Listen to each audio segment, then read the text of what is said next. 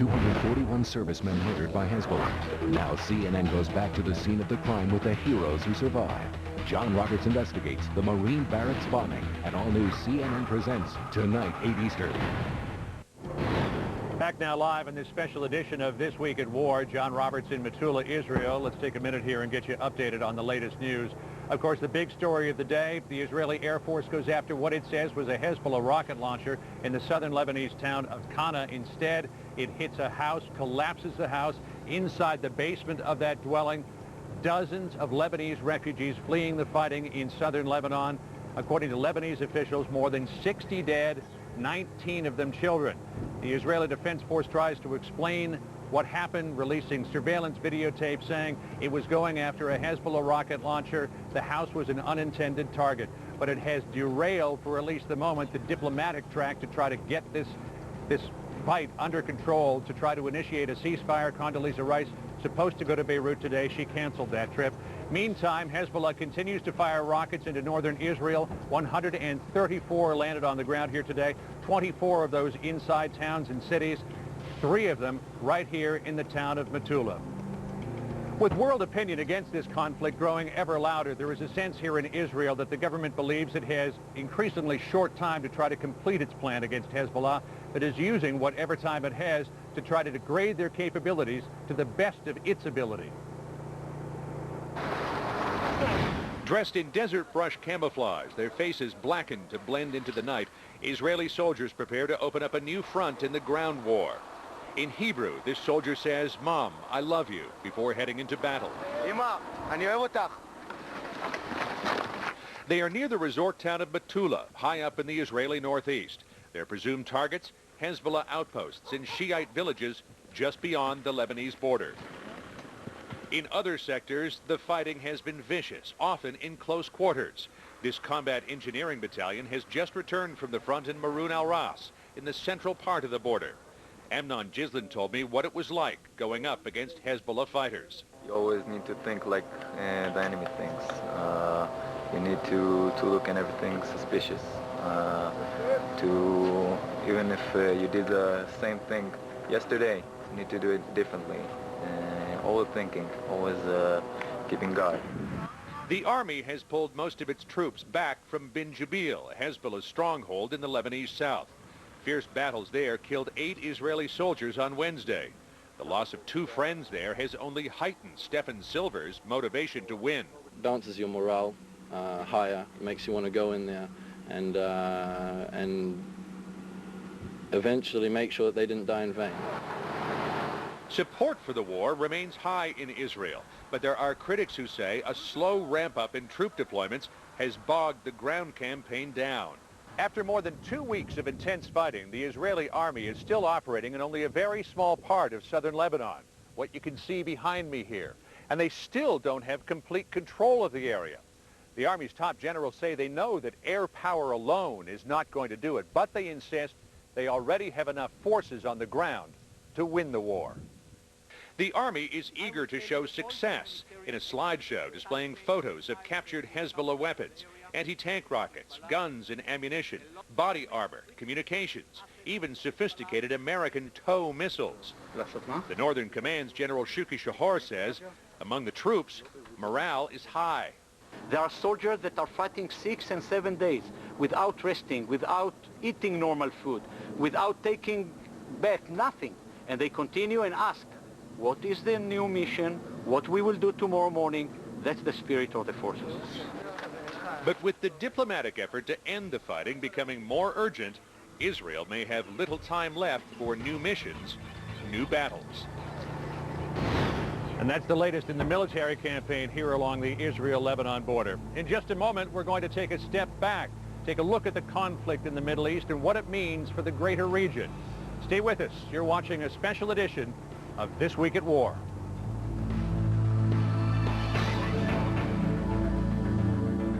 What's it like to be our guest? It's a place to relax and a place to rejuvenate. It's finding what you need to get going every day and getting lost in a bestseller. It's knowing a clean, comfortable room is always waiting for you. But most of all, it's feeling like you're a guest in our home. Country Inns and Suites by Carlson. Be our guest. At Giddy Up Car Rental, we help you choose a brand and model vehicle that's right for you. But I asked for a Ford Mustang. Well, heck, boy, horsepower's horsepower. Now giddy up! Yeah! Reserve the specific car you want. Who do you think we are, Hertz? Now only Hertz #1 Club lets you reserve a specific brand and model, like the Ford Mustang. Sign up free at Hertz.com. Car reservability at major airports and select vacation locations. Oh, that's funny. The water doesn't work. Neither does the ice dispenser.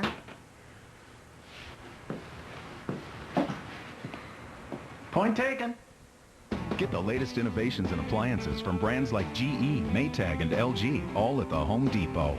Right now, get up to a $200 Home Depot gift card with your appliance purchase. The more you spend, the more you save. The Home Depot. You can do it, we can help. Interest rates keep climbing, and so are your monthly payments.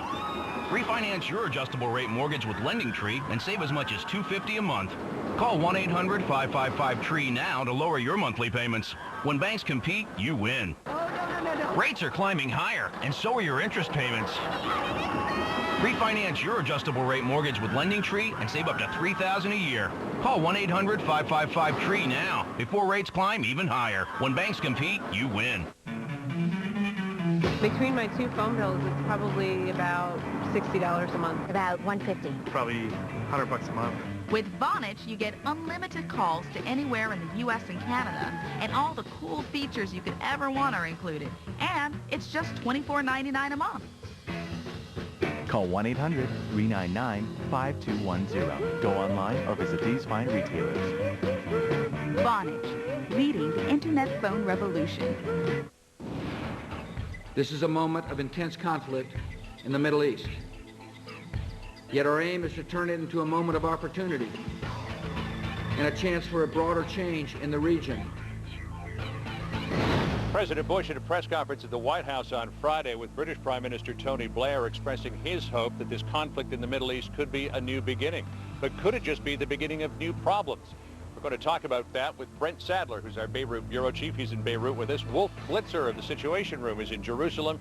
And Middle East expert Shibli Telhami at the Brookings Institution and the University of Maryland is with us from Washington. Shibli Telhami, let's start with you first of all. Are Israelis worried that very soon world public opinion is going to start to turn against them if they continue this campaign?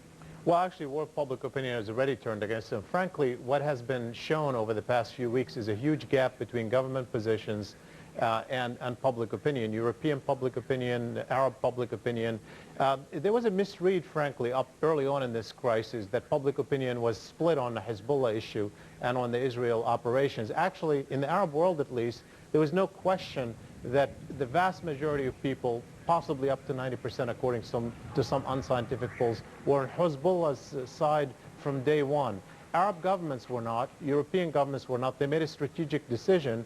And as this crisis goes on and there's more casualties, they're backtracking. And that's what's happening with American diplomacy. Initially succeeded in getting a very volatile coalition to give the Israelis a chance.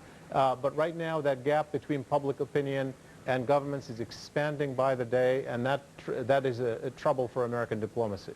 Wolf Blitzer, still the overall majority, overwhelming majority of Israelis support this action, but is the Israeli government considering, would they consider an earlier end to this war than they originally were looking at, because of the fact that people are looking at them now and saying, you've got to stop this or you're going to be very much ostracized in the eyes of the world? I think that the Israelis always have one eye on what international public opinion says, especially what U.S. public opinion says, because they know they're very dependent on the United States for economic and military support, especially military support. They monitor very closely the attitudes of what the Bush administration is expressing, as well as members of Congress. So far, they still see that strong support, especially from the President of the United States and from Condoleezza Rice, and that's going to allow the Israelis to go forward and to try to destroy as much of Hezbollah's military capability as they can. But there's no doubt they're beginning to feel the international pressure here in Jerusalem. Brent Sadler, on your side of the Israel-Lebanon border, is Israel at risk here of creating a new ideological leader with its bombardment of Lebanon? Well, certainly the more Israel inflicts casualties among the civilians in South Lebanon, then that's going to strike hard, not just here in Lebanon itself, but also in the Arab world at large. Inside Lebanon, you basically have a split situation in terms of the population. Those that are behind the so-called Cedar Revolution last year that was really the seeds of a new democracy being planted here in Lebanon, want to see circumstances after this conflict under which Hezbollah will be an equal party to the others without its weapons, and that Hezbollah will stand only for Lebanon and not be drawing Lebanon into conflict with Israel in the interests of Syria and Iran. Well, Shibli Telhami, Israel would like to put Hassan Nasrallah out of business, but is there a risk here that they're going to build him up into something even bigger than he was before because of all of this? There's no question that he's already won the hearts in the Arab world. He was already popular mostly because many Arabs saw him as having forced the Israelis out of Lebanon in 2000. At the moment, just by virtue of having seemed to have performed well against Israel, even if he doesn't win in a major military victory, he's going to emerge as a winner in the hearts of the Arab public. I haven't seen this kind of attraction in the Arab public since the days of Gamal Abdel Nasser of Egypt. That's a lot to say back in the Arab national leader back in the 1960s and who died in 1970. Hezbollah itself, frankly, we talk about it as Hassan Nasrallah. Certainly he's been a very, very clever leader, but they have a population base. You know, the Shia who are united behind him right now, even Amal, their religious leader, spoke to Al Jazeera last night. They're all behind him. You're talking about 40% of the Lebanese population. That's not something you can really defeat as such. It's very difficult. It's a strategic, I think, challenge for Israel right now that's very difficult to deal with. Brent Sadler, does Hassan Nasrallah win simply by not losing? Yes, there are people on the ground here already saying that Nasrallah is in a no-lose situation, politically and morally speaking, in terms of his representation in the Arab world, as we're hearing a lot of ground-based support there. And the way Hezbollah's been performing in these battles, particularly for British Baal, has shown that in the past 6 years, under Nasrallah's leadership, Hezbollah has wasted no time in being able to use its connectivity with Iran and a supply of weapons from Iran, supported by Syria, to put up a formidable pattern of defensive positions and bunkers and underground tunnels and strategy that can really inflict damage on the Israelis. And Wolf, is there any concern on the part of Israeli leaders that when this is all over, they could actually find themselves in a worse position with Lebanon than they were going into it? I think they acknowledge, at least privately in all the conversations I've had since I've been here in Israel, John, is that they have to win decisively. A tie does in fact represent a defeat for Israel. If Hezbollah emerges relatively intact militarily and politically, if Hassan Nasrallah, the leader of Hezbollah, stays in business and remains a formidable force in Lebanon, that represents a significant setback for the Israelis, no matter how many of their rockets they destroy, no matter how many of their weapons caches they destroy. They understand that. That's why they're going to continue to try to destroy as much of Hezbollah as they possibly can, and why it's no secret that they're trying to kill the leadership of Hezbollah, including Hassan Nasrallah. Complicated political and public relations calculation. Brent Sadler in Beirut, Wolf Blitzer in Jerusalem, and Shibli Telhami in Washington. Thanks very much. Coming up next, we're going to check in with our correspondents for some behind-the-scenes look at this Middle East war, the evacuation of Americans from Beirut, and a look inside a hospital here in northern Israel. You're watching This Week at War.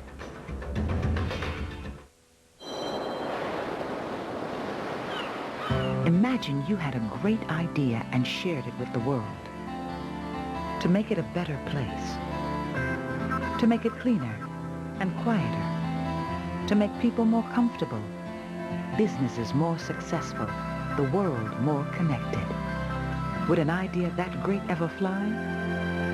It will, and like nothing else. Boeing, forever new frontiers. Philadelphia's most eagerly awaited stage production is now on stage at the Academy of Music through September 10th. Take a walk on the wild side and go to recroom.com to enter the Roar into Philly sweepstakes, and you can win a chance to experience the show that Newsweek calls a landmark event in entertainment, along with a weekend in Philly. Accommodations provided by the Doubletree Philadelphia. Philly's more fun when you sleep over. Good seats are still available. For tickets, call 215-7... Real, where doctors, under fire themselves, are saving lives. So you can really get a sense of what's happening now here. You saw the ambulance just take off after that thud. Not even 100 meters away probably here. There's total pandemonium here, but everyone is getting ready. They're getting their gloves on. They're getting their garb on. They're waiting for any traumas that might actually come into the hospital. This is where they'll come from, this particular area. Within minutes, patients come pouring in, all of them civilians. Hard to say how badly wounded, but bloodied, banged up, and certainly terrorized. Suddenly, all those sirens and thuds come to life. Just to give you a sense here, you get the sense that there's been a lot of shrapnel injury here, probably some blast injury as well. Obviously a lot of bleeding here. Is there a question from the shrapnel? Many of the injuries come from these vicious ball bearings packed into the rockets. I saw them firsthand. Take a look at these pellets. The rockets that we've been talking so much about are filled with thousands, tens of thousands of these pellets. I want to give you an idea of how much damage they can do. Take a look at this car. This is close to the blast site. Look at these pellets have gone straight through the body of the car, shattered out all these windows, through the car seat as well. This car has been completely devastated by these ball bearings. Imagine what they would do to the human body. Today, no one dies from the missile strike. Quickly, breathing tubes are placed and the blood is replenished. Patients stabilized. Rambam is one of the finest trauma centers anywhere in the world. Still, I saw it in Beirut and now here in Haifa. Hospitals are not immune in this war.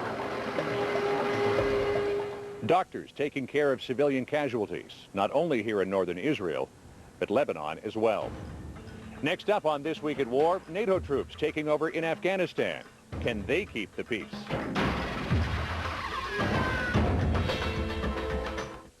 We have got to cut costs, people. Ideas. We could open an account on FedEx.com, save 15% on online express shipping. Okay, how about this? We open an account on FedEx.com, we save 15% on online express shipping. That is wonderful. You just said the same thing I said, only you did this. No, I did this. Makes all the difference. Bingo. That's good. Right on the nose. It's really a great idea. It's time to play Take On Orbits. Today's players want a total vacation, hotel plus flight, and must save over $300. Go. I need a deal to Cancun. Done. Congratulations. It's that easy. I'm Dolly Smith of the Keystone Slammers, and this is my story. I play on a women's volleyball team that is 55 and older. Sometimes we fall down, but we get right back up. I've got arthritis in my shoulders and my back and my knees. It just gives me a lot of pain. I take a leave in the morning. I just decided one day that I was going to try it. I am just pain-free for the whole day, so I can do all the things that I love to do. A leave really does the trick for me.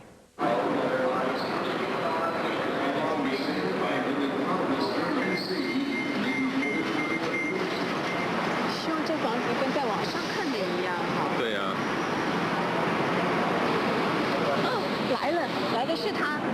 哦，来了来了来了。Clean down Megwa Light. I hope I said that right. I'm Matt Tucker. Welcome to America. Oh, your Chinese is good. I worked on it all morning. Century 21.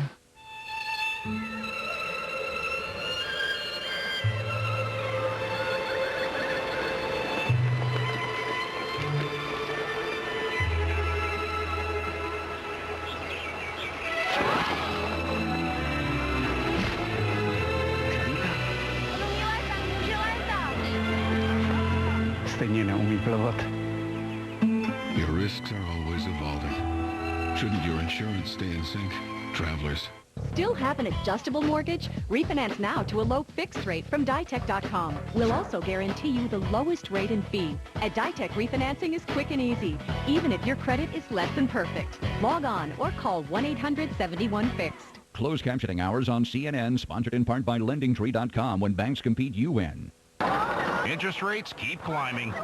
Lock in a fixed-rate home equity loan with LendingTree, a $40,000 loan for only $277 a month. When banks compete, you win. The guns along the Lebanese border never rest.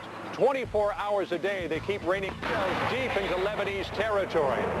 Nighttime brings no respite either. In fact, if anything, it only steps up the pace.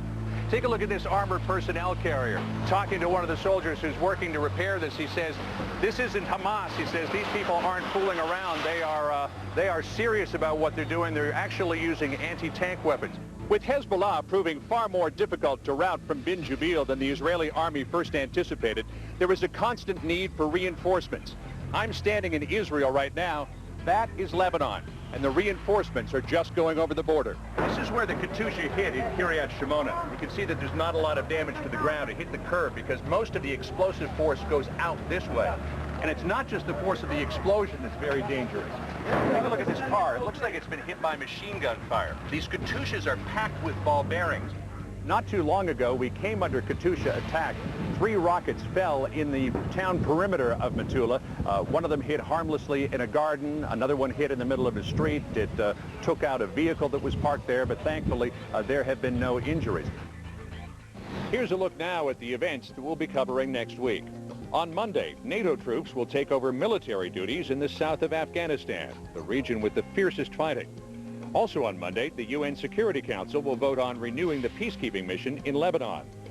And on Wednesday, the Senate Judiciary Committee will hold hearings on a new law to regulate the treatment of detainees in the war on terror.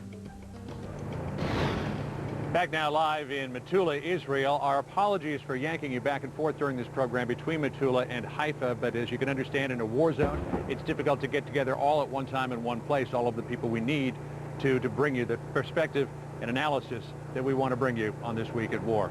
Just before we go, recapping our top stories, that Israeli Air Force attack in Kana, Lebanon, in which some 60 people were killed, 19 of them children. The Israeli Air Force says, and it has provided some videotape of a similar building, says that it was going after a Hezbollah rocket launcher that was located close to the house that collapsed with those evacuees inside. Again, this is not this attack. This is a similar attack, but it has raised questions as to what happens now to the diplomatic track. Does it accelerate the effort to try to bring an end to hostilities, or does it at least temporarily derail the diplomatic track?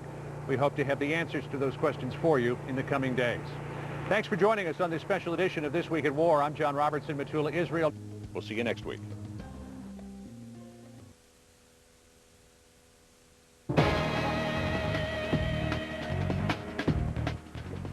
I'm Carol Lynn. It's 7 p.m. right here at the CNN World Headquarters. I'm John Roberts. It's 2 a.m. in Israel. CNN Live Sunday starts right now.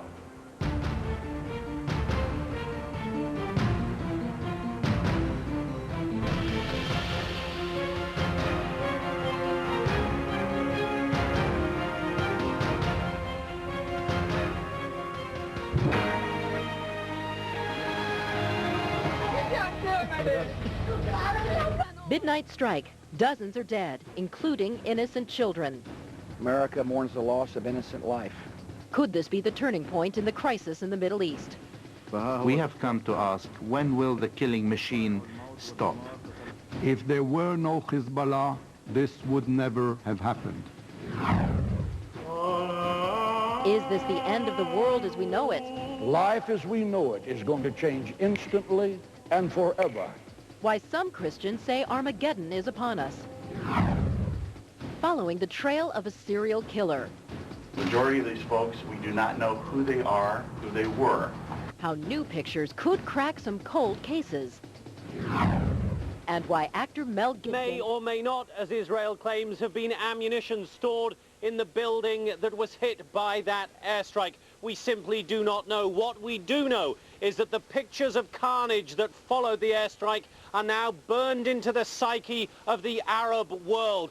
The corpses of young children, of women, of the elderly being dragged one by one from the rubble of that building, sparking fury right across Lebanon, right across the Muslim world tonight. They also sparked riots here in the very heart of Beirut. Around 5,000 people converging, at first peacefully and then very, very angrily on the United Nations building in the Beirut city centre. They broke down doors, they smashed windows, expressing their fury not just at Israel but at the UN itself and indeed the United States, chanting death to America, death to Israel, death to the UN. Now, earlier tonight, Trace, I spoke to the Lebanese Prime Minister, who told me that he deplored that violence, but he understood the emotions that drove it. And he said the only answer now is for President Bush to push even harder to bring about a ceasefire. I still believe that they can really become an honest broker. And I urge everybody, the administration, President Bush, really to do his best in trying to become an honest broker as such, and as well to work for an immediate ceasefire. Now, there is no sign of that ceasefire tonight, Trace, but Israel's announcement of a temporary suspension of airstrikes may at least be a step, a small step, in the right direction. Trace? Jonathan Hunt live tonight in Beirut. Israel says it's sorry for the loss of innocent life, but insists its real target was terror.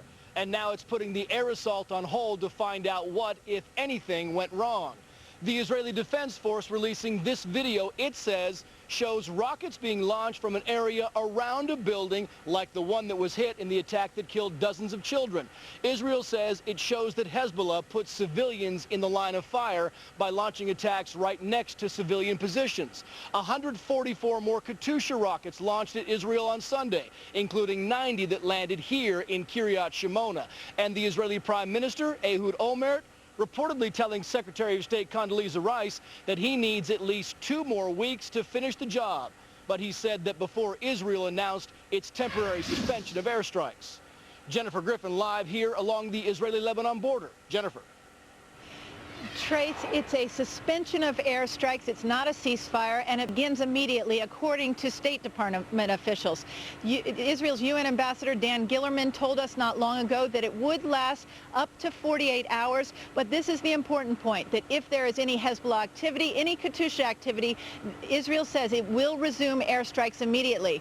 Officials in Israel's Prime Minister's office told us not long ago that the first stage of the cessation of airstrikes will be 24 hours long, and then Israel will judge whether to continue for a maximum of 48 hours, the official said. The agreement reportedly came during a second unscheduled meeting between Israeli Prime Minister Ehud Olmert and Condoleezza Rice tonight. In essence, this allows the Secretary of State to leave Jerusalem tomorrow morning far from empty-handed. The announcement follows, Trace, the killing of more than 60 civilians, nearly half of them children, in the Lebanese village of Kana earlier today, forcing the Secretary of State to cancel her trip to Lebanon to arrange the terms of an eventual ceasefire. Again, this is only a cessation of air activity to give civilians a chance to move north and for humanitarian convoys to move south, and also to allow for further investigation into the Kana strike today, according to both the State Department and Israeli officials to whom we spoke.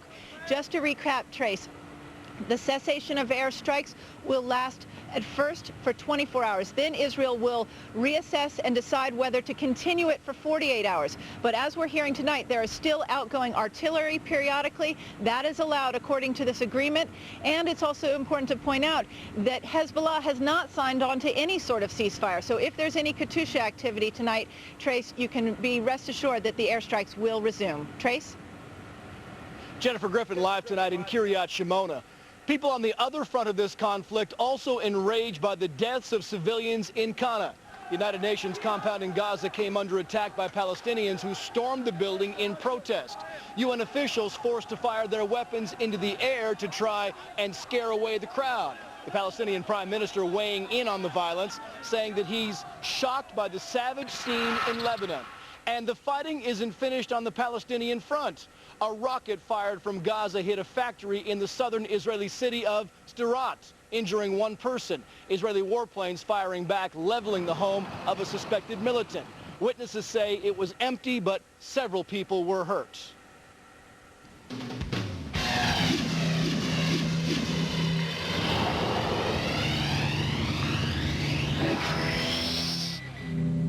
Mission postponed. U.S. Secretary of State Condoleezza Rice cutting her diplomatic trip short after the devastating attack in Lebanon. Does U.S. diplomacy have any chance left? I still believe that they can really become an honest broker.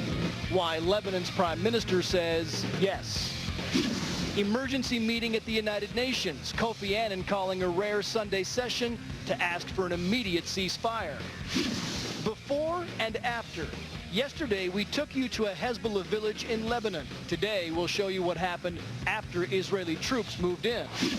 And on the ground in Qana. Fox was on scene as rescuers searched the rubble, just hours after the Israeli airstrikes that threatened to spread this conflict even farther. Live from the Israel-Lebanon border, this is the Fox Report with Trace Gallagher.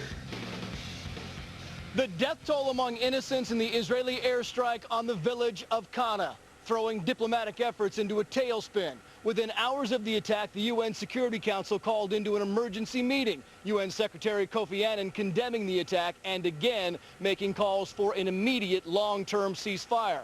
While Israel has only agreed to suspend airstrikes for 48 hours, two Security Council member nations, Qatar and France, tried circulating a draft resolution demanding the withdrawal of Israeli forces and calling for an international investigation into what they call the, quote, Israeli massacre. Molly Line with the news live from the United Nations. Molly. Trace, it's been a difficult day inside the Security Council today. Members trying to find some common ground to draft some sort of statement regarding this Israeli airstrike in the Lebanese town of Qana. The Lebanese Prime Minister requested today's emergency session. He's been calling for a ceasefire all along, hoping to spare his country's infrastructure and the lives of innocent civilians. The Qana bombings, which killed more than 50 women and children, have sparked outrage. Members of the council saying it cannot be justified. The Israeli ambassador, Dan Gilman, expressed regret for the human loss, but argued that Qana is a Hezbollah stronghold that civilians have been warned to leave. U.S. Ambassador John Bolton urged Israel to exercise restraint, but also expressed strong condemnation of Hezbollah. Hezbollah's actions as a terrorist organization are obviously the fundamental cause of the current conflict, and it says something about the morality and respect for human life of Hezbollah that they would use innocent civilians as shields. That's just something that for civilized people is not acceptable. The Security Council is still working into the evening on their statement, but tomorrow things will heat up even more when they discuss that resolution that's been put forth by France calling for a ceasefire and a buffer zone between Lebanon and Israel. Trace? Molly Line live at the UN. Be more careful. That the renewed warnings to Israel coming out of the Oval Office. The White House responding to the tragic loss of life in Qana, again urging Israelis to use extreme caution in avoiding civilian casualties. That attack derailing the diplomatic mission for Condoleezza Rice, who will now be heading home to Washington without meeting any Lebanese officials. Wendell Golan is traveling with the president in Miami. Wendell. Grace, the president offered sympathies to the victims of the Qana attack. He was briefed on it before church this morning and spoke to Secretary of State Rice 3 times on the telephone before calling her back home from the region. They will meet tomorrow at the White House after the president returns from a one-day visit to Miami. His aides say Mr. Bush continues to oppose an immediate ceasefire, and the president made clear his goal remains an agreement that removes Hezbollah as a threat. The United States is resolved to work with members of the United Nations Security Council to develop a resolution that will enable the region to have a sustainable peace, a peace that lasts. U.S. officials say they've been pressing Israel to speed the flow of humanitarian aid, and the decision to temporarily suspend the bombing is effective immediately. Dr. Rice's aides were saying they were close to a political agreement between Israel and Lebanon before the Qana attack, when Rice learned, which Rice learned of during a meeting with Israeli officials in Jerusalem. Afterward, Rice canceled plans to go to Beirut, though Lebanese Prime Minister Sinora made clear they would have little to talk about unless she chose to support an immediate ceasefire. Now, the president also phoned British Prime Minister Tony Blair, one of the few European leaders who also opposes an immediate ceasefire. Blair said the Qana attack makes clear the violence between Israel and Hezbollah cannot continue, yet he says the answer must end it for good. Trace? Wendell Golan traveling with the president in Miami. The deadliest attack of the war already changing the face of this conflict. How it all came to light Sunday morning. We'll take you along with the first crew on scene in Qana as rescue workers discovered the horror in the rubble. Last night we took you to the front lines with Israeli troops gearing up for their next fight inside Lebanon. Next we'll show you the fight itself up close and center. And helping the victims of war, both in and out of uniform, inside a Haifa hospital as troops come in and air raid sirens go off. From the Israel-Lebanon border and Fox News teams all over the Mideast, this is news at the speed of light. You're on the Fox Report from America's leading news network. The captioning for this program is brought to you by cholesterol. My doctor said to watch it. Garlic maintains healthy cholesterol naturally. My doctor's happy. So am I. Eat right, exercise, garlic. Have 50,000 going once, twice, sold to the gentleman in the center. I want to go ahead and sell it now. Constantly buying and selling stocks doesn't make much sense either. That's why Edward Jones advises clients to buy long-term investments. Water in one room can mean water damage in the walls and ceilings of other rooms as well. So call the water cleanup specialist at 1-800-SERVPRO, like it never even happened.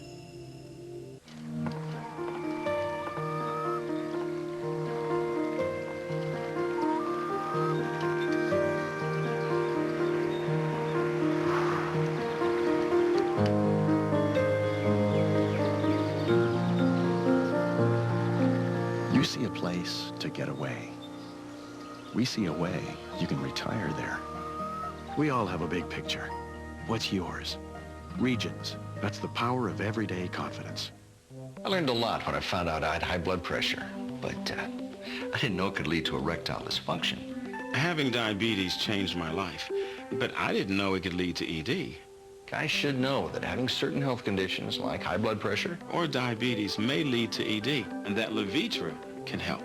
Doctors know Levitra works for men with ED, even those with high blood pressure or diabetes. Levitra is only for men healthy enough for sexual activity. If you have heart problems or are on alpha blocker therapy, talk to your doctor before taking Levitra. Do not take Levitra if you take nitrates for chest pains, as this may cause an unsafe drop in blood pressure. Side effects may include headache, flushing and stuffy or runny nose. To avoid long-term injury, seek immediate medical help if you experience an erection lasting longer than 4 hours. If you have any sudden decrease in vision, stop taking Levitra and call your doctor right away.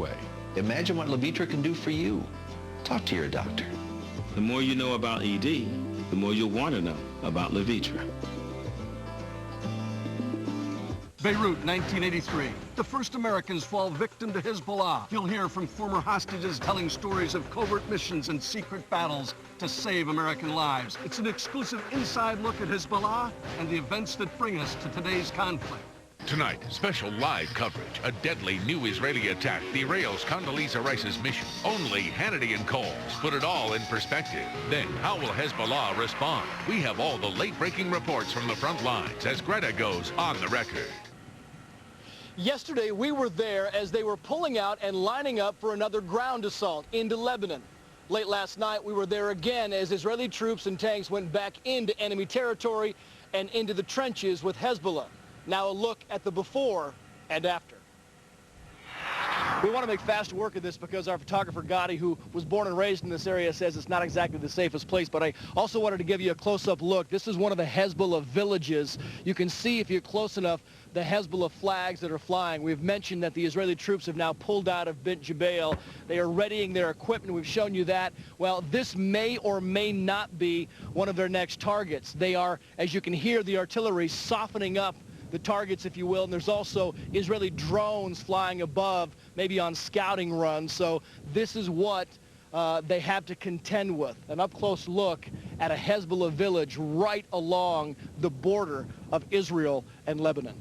That was early yesterday evening. At the time, we certainly didn't know that the village behind us, which is Kila, we couldn't tell you the name yesterday, so we didn't compromise Israeli troops going in there. We couldn't tell you at the time that this was the next village that would be raided, but that's exactly what happened early this morning.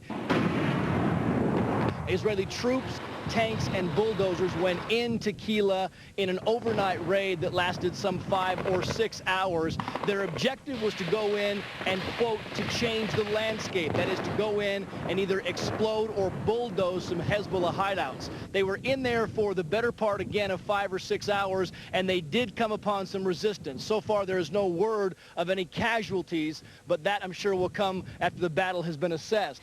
They came out early this morning because, again, their objective here is not to go in and occupy the villages. Their objective is to go in, do what they have to do, and get out.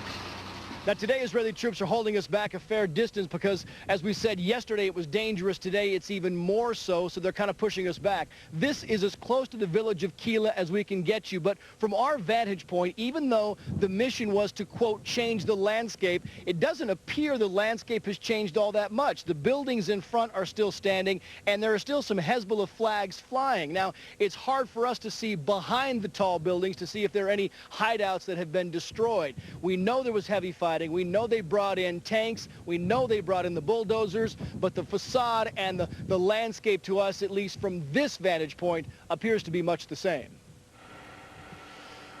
And we learned tonight that a few of those Israeli soldiers were wounded. Their injuries are not thought to be life-threatening. And we wondered, as this temporary suspension of air activities, would that also affect the ground activities going into southern Lebanon? We don't know, because the air assaults often preceded the ground assaults. We can tell you one thing, that the artillery fire is still going on. It was all quiet for several hours here, and then a few minutes ago, 2 loud bangs. The artillery is still in play.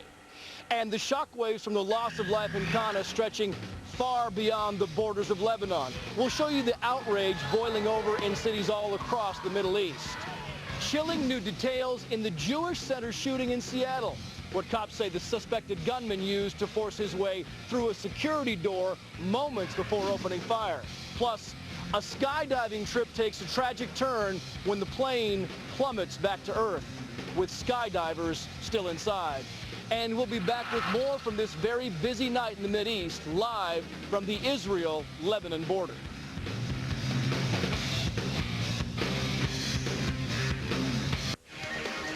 The aerial campaign, it's clear that at this point, the fighting continues. We'll be back with more in just a minute, but first let's go back to Carol, who's got a wrap-up of the latest news of the day. Carol? Thanks, John. Here's what we know right now. Israel agrees to a 48-hour cessation of aerial activity. This so they can investigate the carnage in Qana, Lebanon. That is where an airstrike killed at least 60 people. Most were children. And on the Qana tragedy, President Bush says the U.S. mourns the loss of innocent life. And with it being almost 3 a.m. in both Beirut and Jerusalem, the current military conflict enters its 12th day, actually its 20th day. For the latest, we're going to go back to John Roberts in northern Israel. John. Thanks, Carol. In addition to expressing condolences, the White House today urged Israel to use the utmost caution in its campaign in southern Lebanon to avoid civilian casualties. And today, the Israeli military offered an explanation of how that Qana mistake might have happened.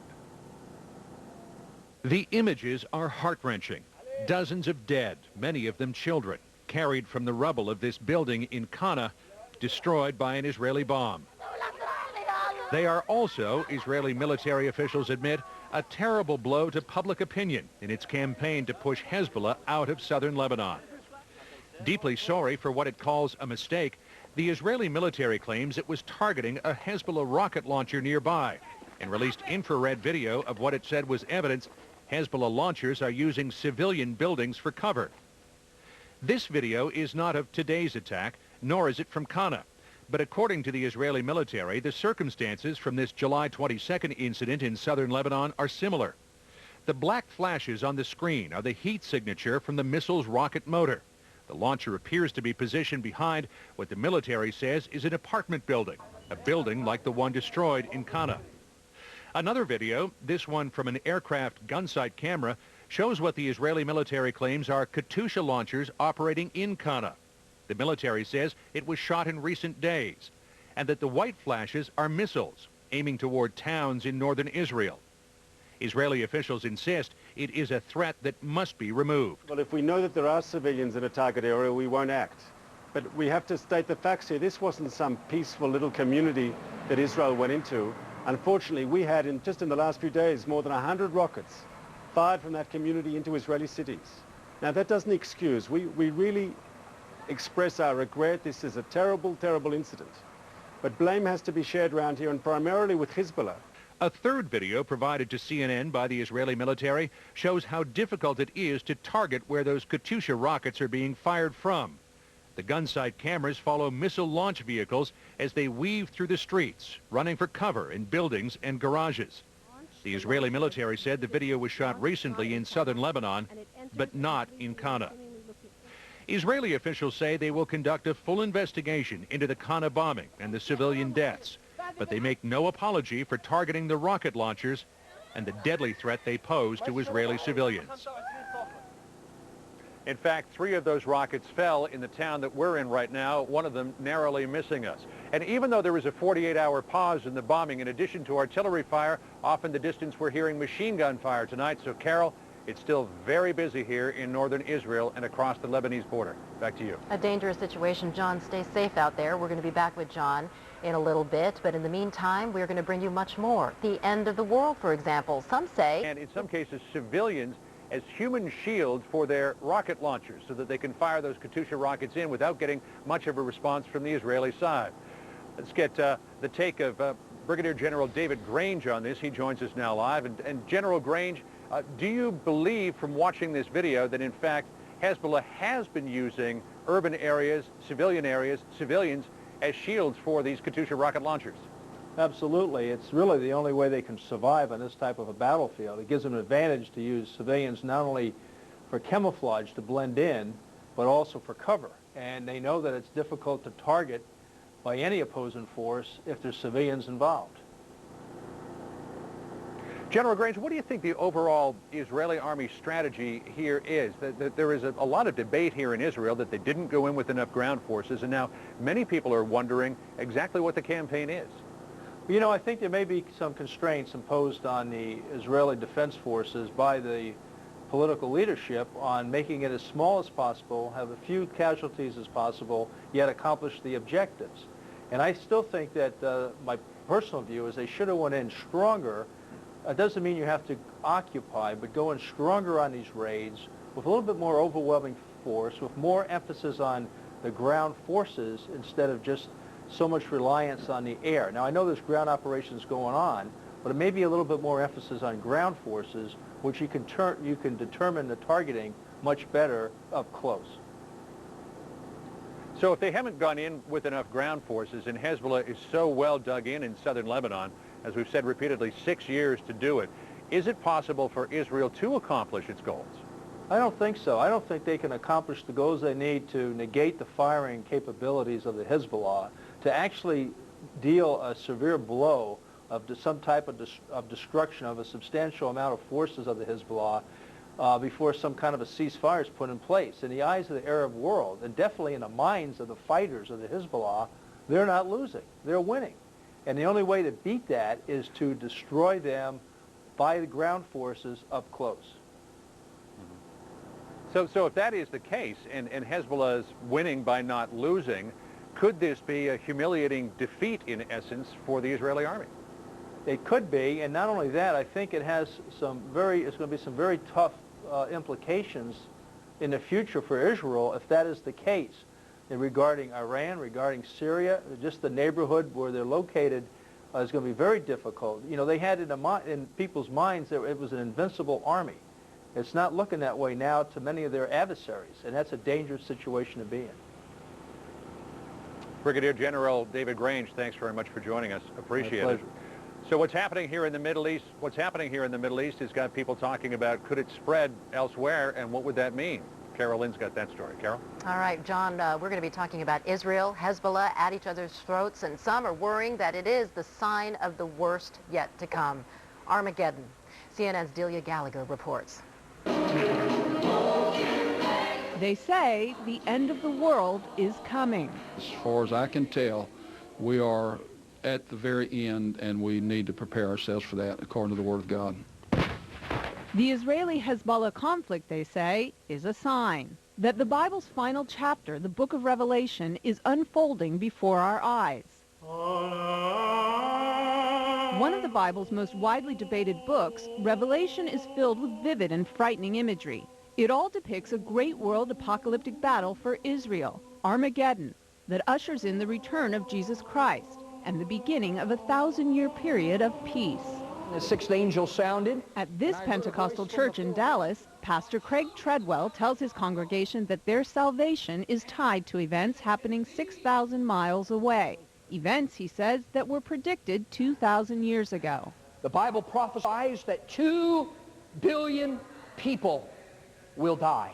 Scary stuff coming from a popular local pastor, but he is not alone. Well-known Reverend Jerry Falwell updated his Falwell Confidential column last week to say, "It is apparent, in light of the rebirth of the State of Israel, that the present-day events in the Holy Land may very well serve as a prelude or forerunner to the future Battle of Armageddon and the glorious return of Jesus Christ." Today, we will read straight from the Bible. And at Pastor Treadwell's radio show that he co-hosts with Pastor Irvin Baxter, the talk is of end times. Got 1/3 of mankind When killed. you got 2 billion dead, Israel will survive but will suffer a lot. And then finally, relations between Israel and the international community will go south. The world community invades Armageddon. There's a fiction being created here, like a Stephen King horror movie.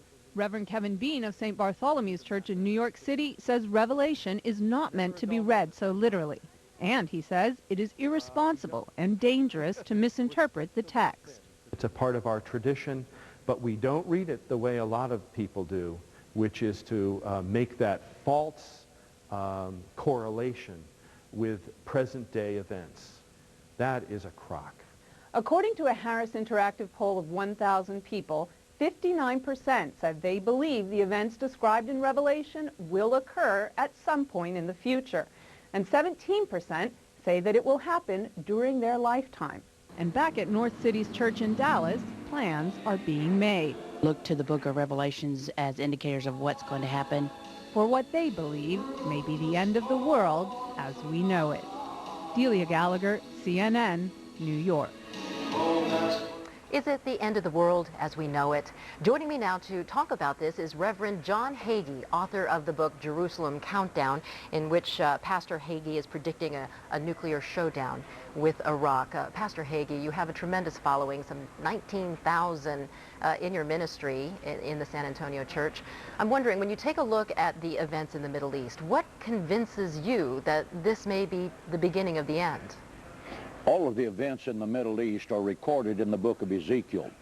And Ezekiel gives a very clear history of what God intends for the future concerning the Middle East. Let me say immediately that there's no such thing as the end of the world. There will be an end of the world as we know it. After 9/11, the world in America ended like we know it. If you don't believe that, go to an airport and try to catch a plane in 30 minutes. But things are going to evolve into the future. Well, there becomes more military action and more nations involved in nuclear war, and there will be a nuclear exchange that's very clearly described in the book of Zechariah. We're not talking about the end of the world. We are talking about the end of the world as we know it.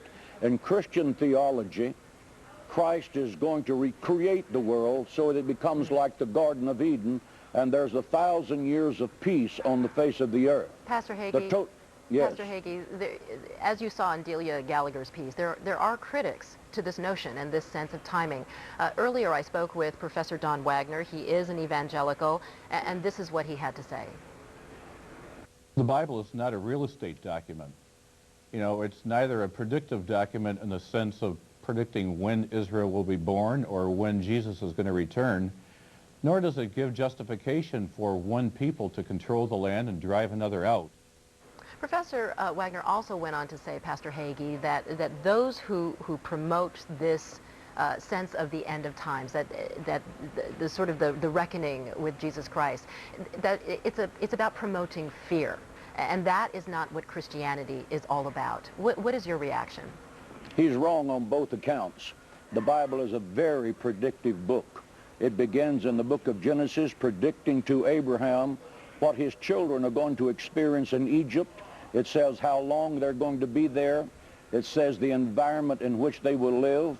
From Genesis through the end of the Bible, prophecy doesn't begin in the book of Revelation. It begins in the book of Genesis. And the totality of prophecy verifies this, that God knew from the beginning what is going to happen in the future. He's put it in the Word of God so that we can see it. It is a message of hope. It is a message that God is in control. It is a message that there is going to be a huge battle between good and evil, and that good is going to overcome evil, and in the final analysis, Israel is going to be spared as a nation, and the world is going to live in peace for 1,000 years. Pastor Hagee, that's the total message. Yes, ma'am. But there's a greater message. I mean, you have a lot of influence. You organized some 3,500 people to go to Washington last week, and on the agenda was unabashed support for Israel and its war against Lebanon. So you have even gone as far as to say that those who are against Israel are against God. Do you believe that your efforts, your group's agenda, is really promoting war? Absolutely not. And your statement that this is Israel's war against Lebanon is absolutely incorrect. Israel was invaded by a terrorist organization, Hezbollah. They killed Israeli soldiers on Israeli soil. They kidnapped Israeli soldiers. And Israel certainly has a right to defend itself. I completely agree with you, Pastor Hagee, but in going to Washington and laying it on the line with the politicians and even the President of the United States, that Israel has a right, of course, to defend itself, but that it should be given unfettered support, and those who are asking Israel for a ceasefire are against God and against prophecy. Those are pretty strong statements. No one ever made the statement that those who offered a ceasefire were against God.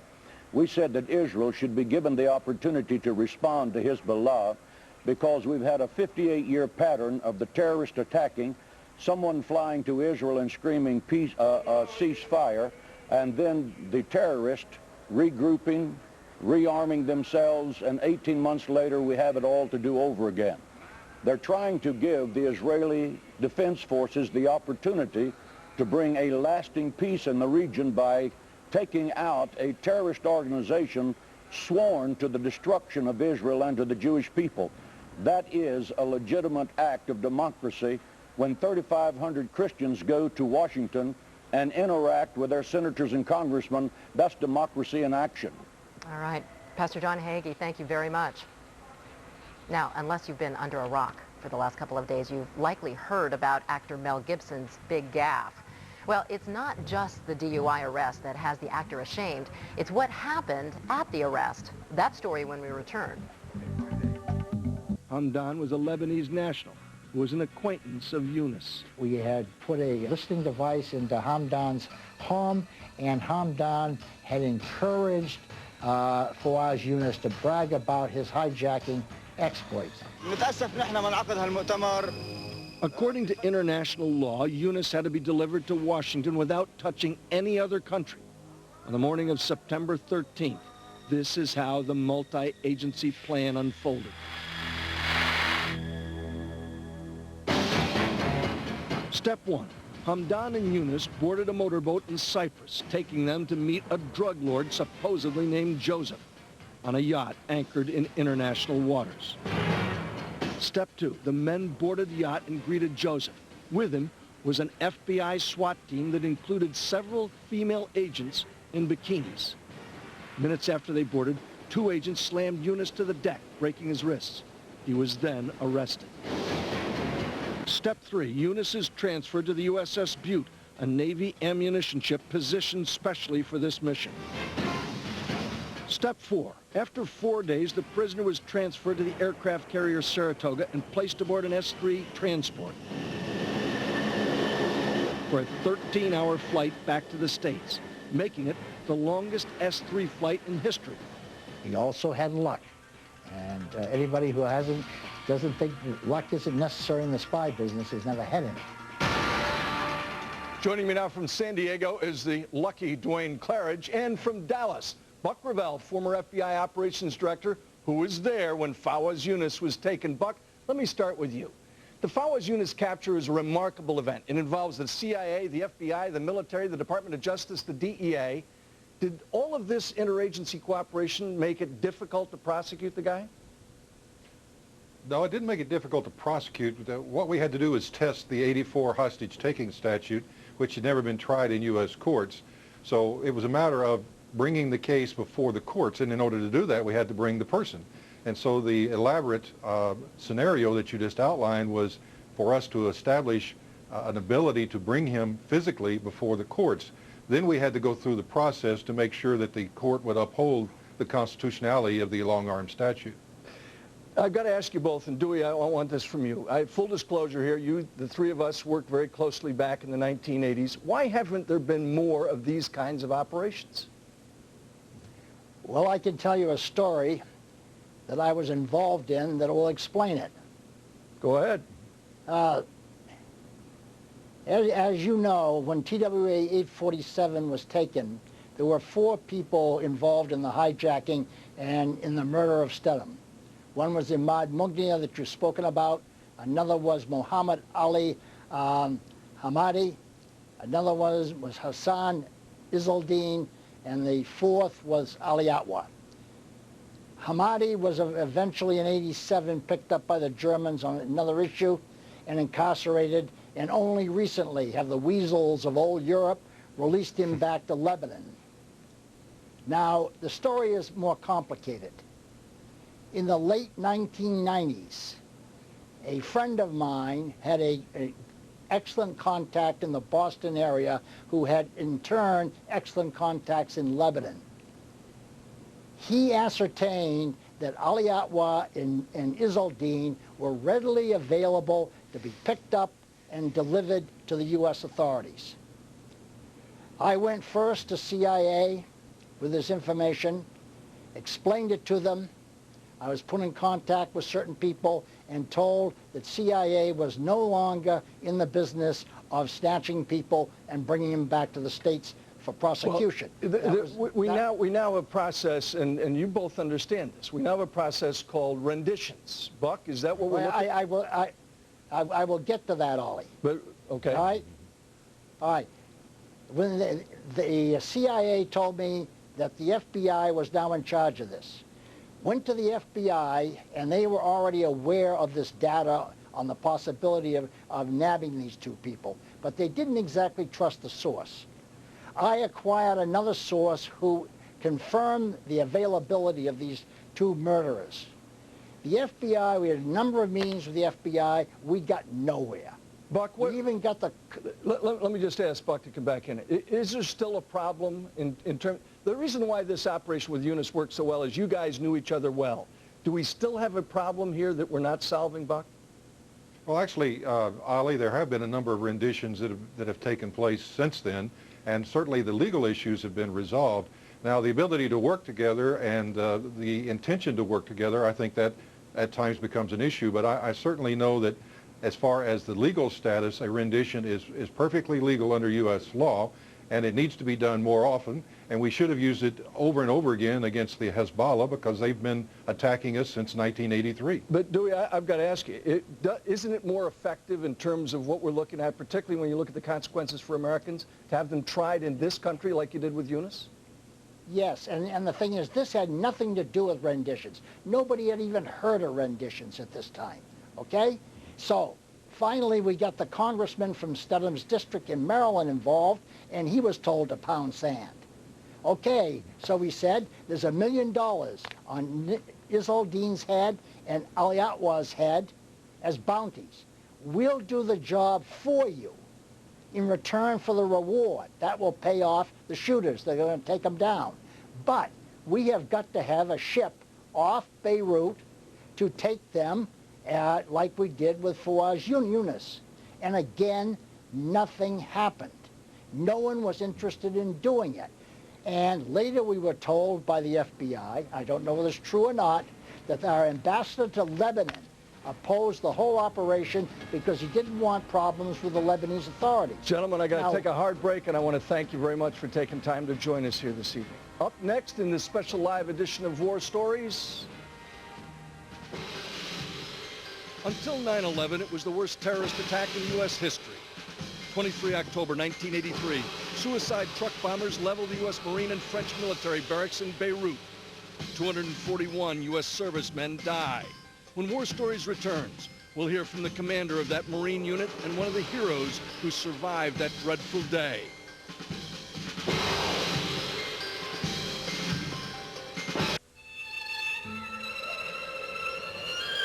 Truck bomber slammed into the Marine barracks in Beirut. The explosion turned the four-story building into rubble. 241 U.S. servicemen were killed. From Phoenix, we're joined by Colonel Tim Garrity, who commanded the Marines deployed in Lebanon. And here with me in New York, Armando Ibarra, then a sergeant grievously wounded in the attack. Full disclosure here, 6 years before the attack in Beirut, I worked for my friend, Colonel Tim Garrity. Tim, what did we know about the Hezbollah threat leading up to 23 October 1983? Not a whole lot before, Ali. A lot has come to light afterward. But we know now that the Iranian Revolutionary Guards out in Bekaa with Hezbollah were the ones that did the planning, training, financing, and got the Hezbollah to execute their plan against the Marines, and almost near simultaneous attack against the French headquarters. When you were sent in, the mission of your, what was then called a Marine Amphibious Unit, now called a Marine Expeditionary, your 2,000 Marine, what was the mission of those 2,000 Marines? Primarily to provide a presence for the government of Lebanon to reestablish sovereignty over their country, and to provide a stability for the diplomats to provide, hopefully work up some resolution to the all the issues leading to the Civil War. It was a peacekeeping mission, which by nature is passive and defensive. And we were very careful to try and maintain our neutrality and impartiality, and for that mission to be carried out. Armando, in the days leading up to the attack, what had you been doing as a sergeant in that battalion? I was part of the S2 Scout Sniper teams, and part of my duties was also monitor the radios as to what was going on in Beirut, our patrols, and keeping track of where the various factions were. Just a short while before the bombing, some of your Marines had been shot at by snipers, one of them killed. Yes, sir. And we knew we were in trouble when, what was it, like in August, one of our companies started taking fire. Charlie Company started taking fire, and, you know, because normally on the weekends, we were just out, you know, running around, doing what Marines do, jogging, keeping in shape. And on Sundays, we normally have barbecues. And I remember this day specifically, August 28th, it was our turn to do the barbecuing and stuff. So, and that's... The morning, you were asleep when the bomb went off. Yes, sir. And of course, later on, you're on the cover of Time magazine. Yes, sir. What, in the aftermath of that bombing, tell me what went through your mind?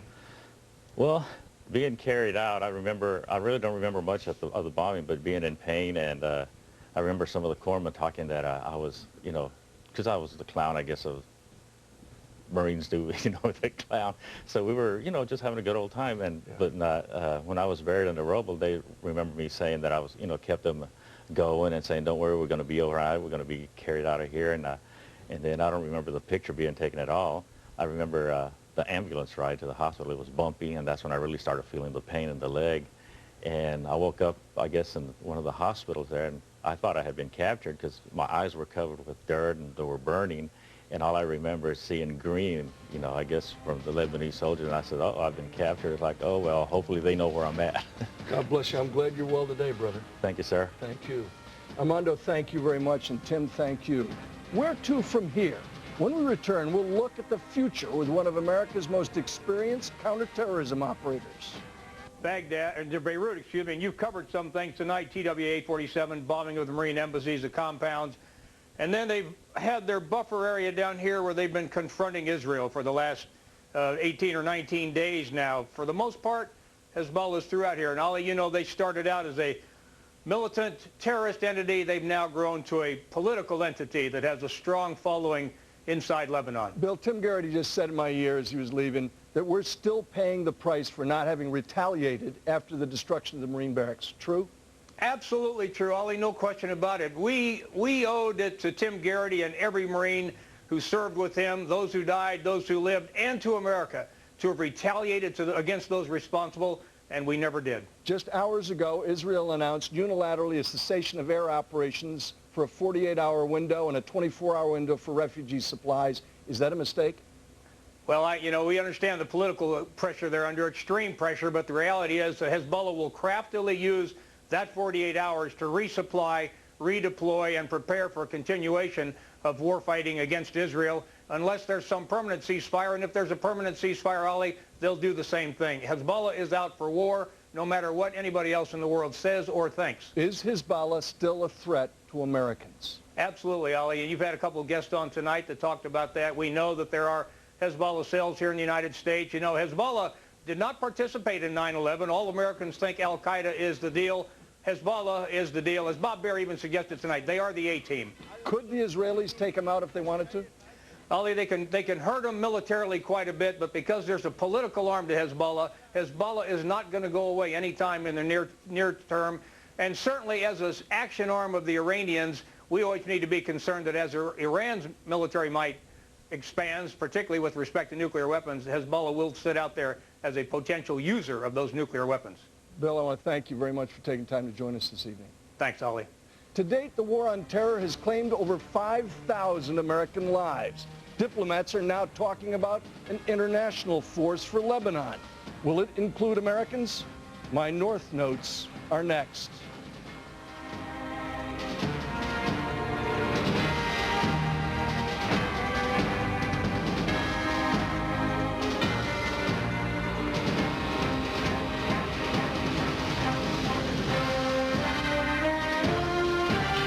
Upon parties to end the violence, which is something new and will not have it before. And also the commitment of the Security Council to follow up and finding settlement for the crisis. Your reaction, Ambassador, to the Israeli announcement on the suspension of the aerial strikes for 48 hours? What is your reaction? Well, we are looking for much more in order to spare the civilians more atrocities and more bloodshed. Thank you. All right, we just heard from Lebanon's ambassador to the United Nations expressing disappointment that the UN Security Council did not call for a cessation, a ceasefire between Israel and Lebanon. The council only saying that it is expressing extreme shock and distress at the Israeli bombing of the Lebanese city of Qana. We are going to have much more on this on Larry King Live as John Roberts hosts from Israel, as well as in our primetime newscast in 1 hour at 10 o'clock Eastern. Please join us then. I'm Carol Lynn at the CNN Center.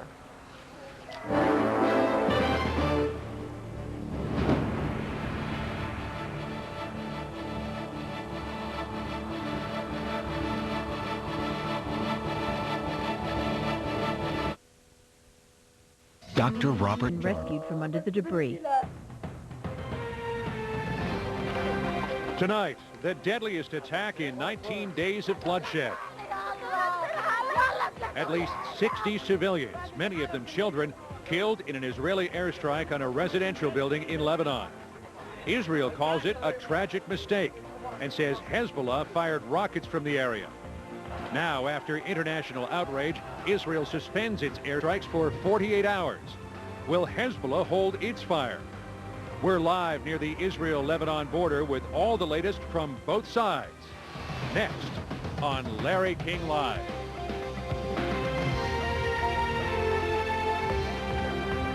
Hey, good evening and welcome to a special edition of Larry King Live. Larry King is off tonight. I'm John Roberts in Metula, Israel, where we continue our coverage of the crisis in the Middle East. The big news today out of the Middle East, of course, that terrible bombing in the Lebanese city of Qana. An Israeli bomb destroyed a house. There were many, many people inside, more than 60 people dead, 19 of them children. In response to that, Israel tonight declares a 48-hour pause in the aerial bombing campaign and allows 24 hours for evacuees to get out of southern Lebanon, to get out of harm's way. We're going to check in with our correspondents around the region. Chief National Correspondent John King is in Jerusalem tonight. Senior International Correspondent Nick Robertson is in Beirut. At the United Nations, Richard Roth joins us. Major General Don Shepard, U.S. military retired, or CNN military analyst, is in Tucson for us. And joining me tonight in Metula, Israel, international correspondent Matthew Chance. John King, let's go to you first. What's the latest on the diplomatic track tonight? John, that dramatic announcement, an Israeli concession, and a major one it is, a 48-hour cessation of the air campaign in southern Lebanon. And Israeli sources tell us it is effectively a 48-hour cessation of the Israeli military offensive in southern Lebanon, because the Israeli military will not send its ground troops in without sufficient air cover. This deal coming late tonight, fascinating. An Israeli concession announced by the United States. It came after day-long negotiations with Secretary of State Rice. She had been frustrated throughout the day, thought the Israelis were stalling in her conversations, trying to get to the bigger question, which is a broader, full end of the hostilities. Still no agreement on that, but we have now this 48-hour cessation. It gives Secretary Rice a chance to say she has won at least modest temporary victory from her diplomacy. She will go home now, John, but before she goes, she will outline here in just a few hours in Israel her conception of what that resolution should look like. She's hoping to get an agreement by the middle to the end of this week. That would end the hostilities permanently if that agreement holds. But 48-hour cessation tonight, and as you noted at the top of the program, the big question is, does Hezbollah try to exploit it, or does Hezbollah allow those 48 hours to go by quietly in southern Lebanon? And we should point out that while the lack of air cover may reduce the scope of the ground campaign in the next 48 hours, we're still hearing artillery fire here and off in the distance machine gun fire, so Israeli troops still operating in southern Lebanon. Nick Robertson, what was the reaction and the response in Lebanon today to the bombing in Qana? It's been a very angry response, John. The population of Lebanon really feel that it is their country under attack, not just Hezbollah that is facing these attacks. There's been a seething anger underneath the surface against Israel, against the United States as well, who many people in Lebanon really see as working hand in hand with Israel at this time. And today we saw that seething anger come out onto the streets with demonstrations in the center of Beirut, attacking a UN office. Very quickly after that, we saw crowds gather in the center of Beirut.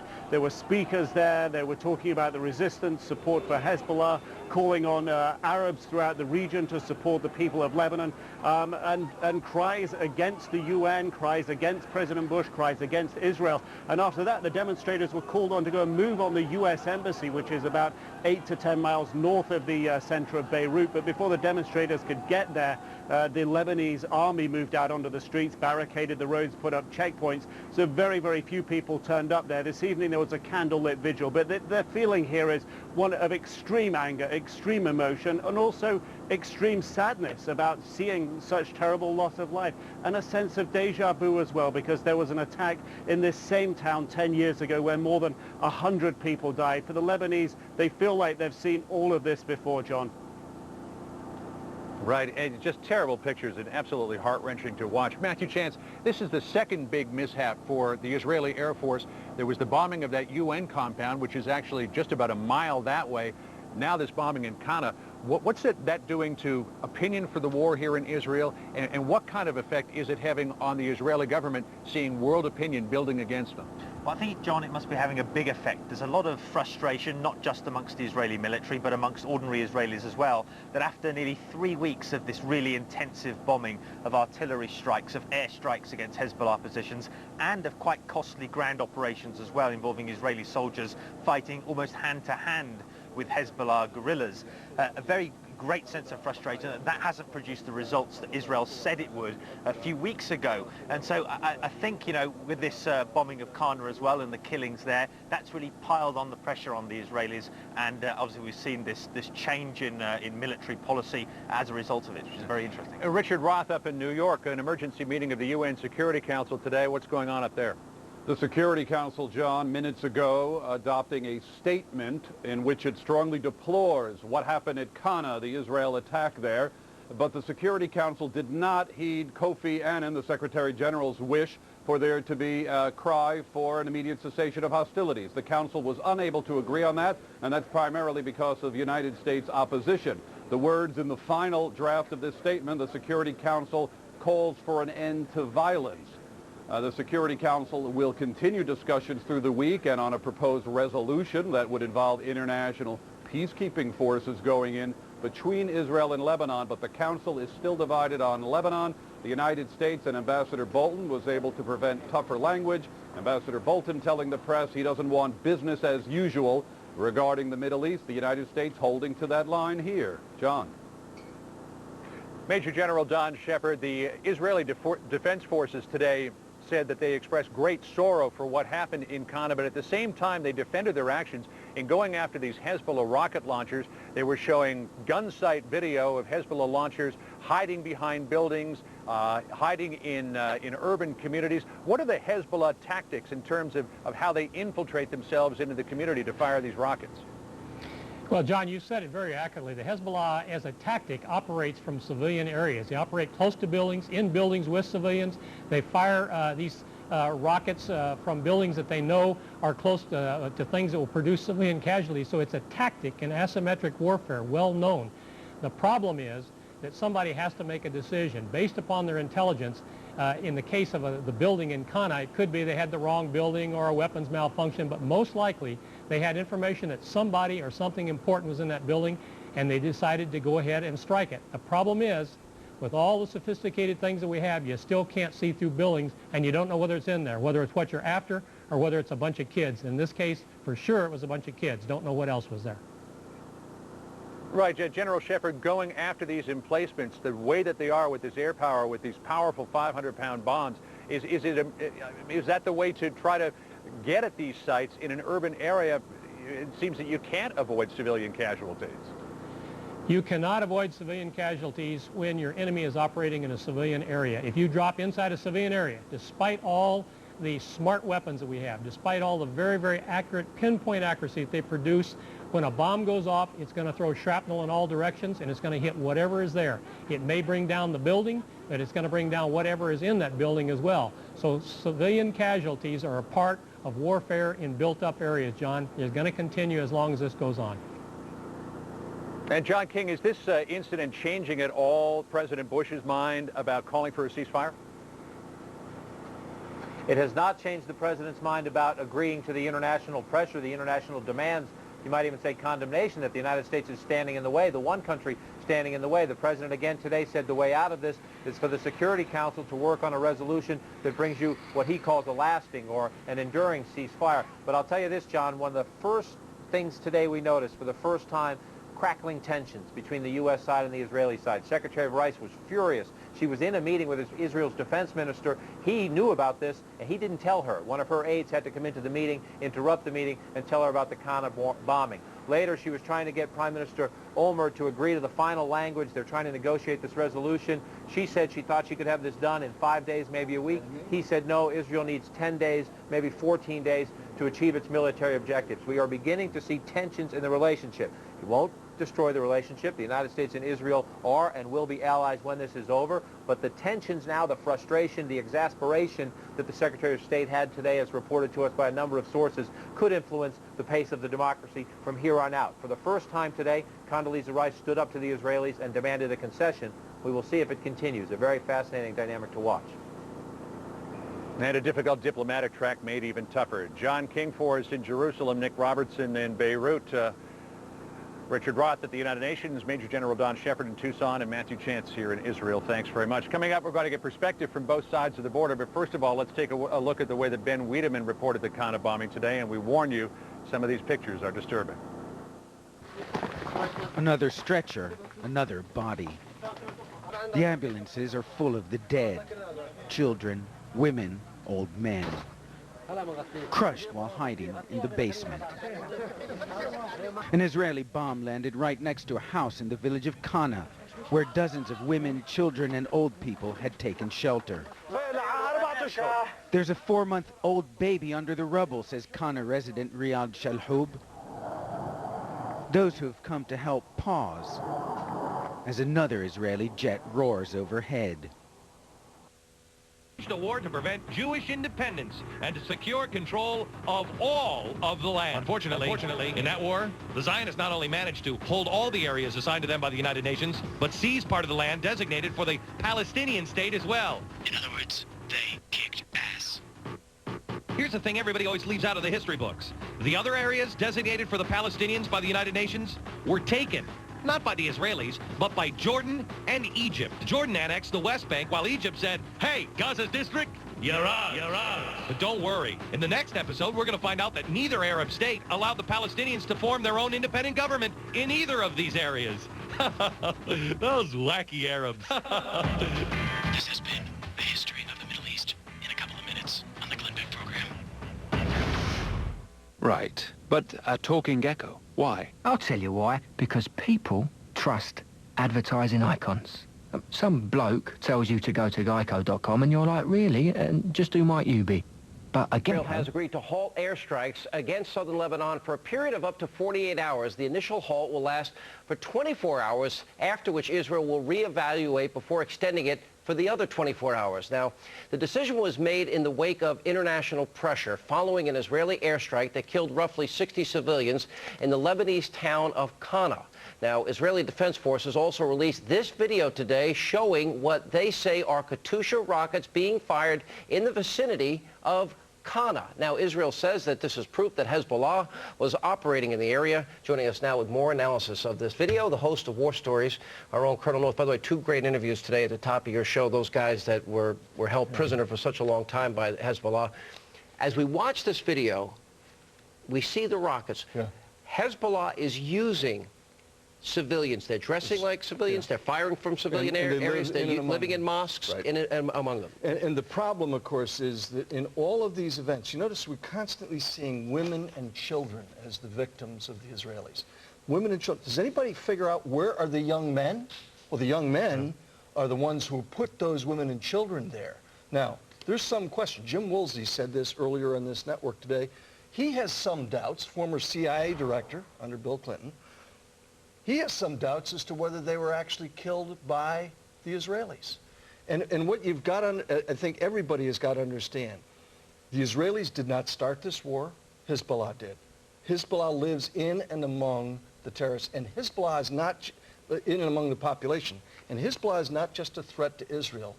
Hezbollah is a threat to Americans. Hezbollah starts this war, number one. They begin the hostilities. Israel is defending themselves from an attack. We had 20-plus days of nearly 2,000 rockets fired into Israeli towns and cities, killing Israeli civilians, and only now is there extreme shock and distress by the world community, more specifically the United Nations. Why is there this double standard? Well, the United Nations has, more than 50 years, operated more than 50 camps in the periphery of Israel that have been the recruiting, training, and logistics bases. They have a blue flag over top of it, but they're the places where the terrorists do their recruiting, their training, they live among them.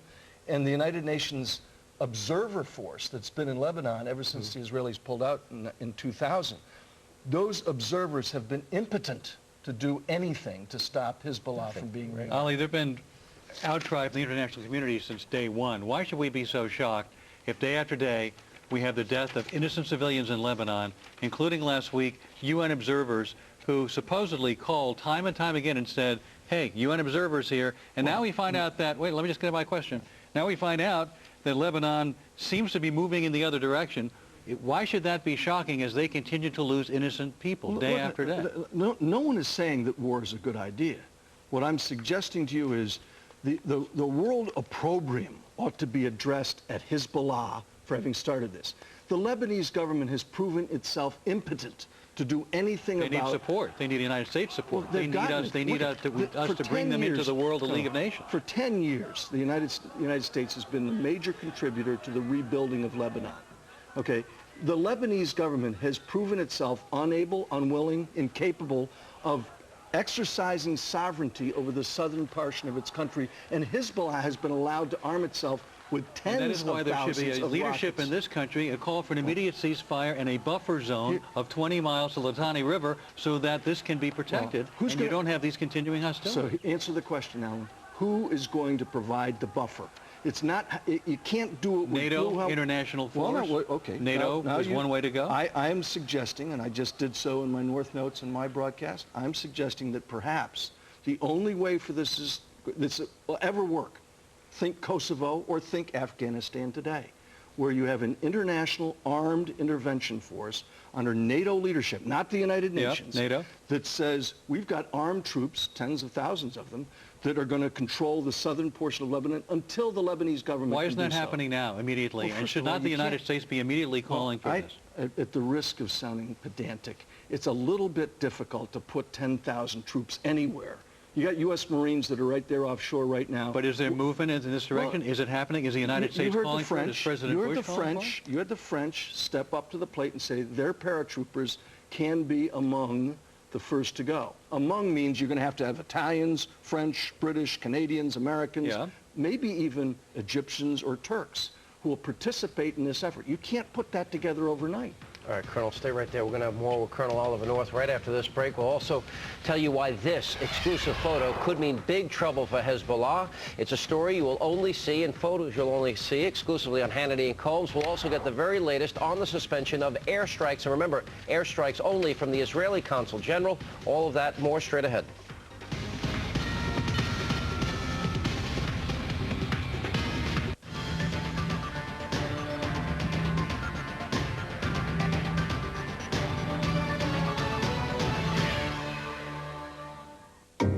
Think you know all there is to know about getting your cholesterol right? You may be wrong, because getting bad cholesterol down might be just part of the equation. You may also want to get your good cholesterol up. Even more surprising, this cholesterol medicine does both. Crestor. Crestor, along with diet, can lower bad cholesterol by up to 52%. But Crestor also raises your good cholesterol. Down with the bad, up with the good. Is Crestor right for you? That's between you and your doctor. Crestor is not for everyone, including people with liver disease and women who are nursing, pregnant, or may become pregnant. Simple blood tests are needed to check for liver problems. Tell your doctor about other medications you're taking, or if you experience muscle pain or weakness, as they may be a sign of serious side effects. Down with the bad, up with the good. Talk to your doctor about Crestor. If you're without prescription coverage and can't afford your medication, AstraZeneca may be able to help. It's a fact. The more we learn about how to take care of ourselves and our families, the longer and healthier our lives become. That's why more people turn to WebMD than any other health information source. It's a place where people find answers to health questions with an ease never before possible, where doctors discover new and better ways to care for their patients. A place where everyone can finally forge a link between better information and better health. WebMD.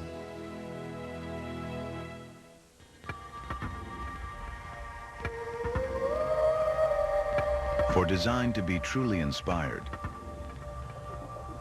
it must be more than just artful.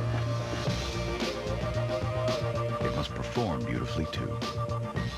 Now at the Infiniti Limited Engagement Summer Event, test drive the Infiniti M or FX and ask about our attractive lease and finance rates. But don't wait too long. The Infiniti Limited Engagement ends July 31st. We know there are people in the world who don't like America. Often it's the same people we depend on for oil. That's the reason I fought so hard to secure $100 million to build America's first waste coal to ultra-clean liquid fuels plant. Located in Pennsylvania, this facility will create jobs, provide less costly energy, and clean up our environment. Most of all, it will help make us less dependent on them. I'm Rick Santorum, and I approve this message. It's back, the Chevy Model Year End event. Time to get the best selection of dependable, long-lasting 06 Chevy trucks.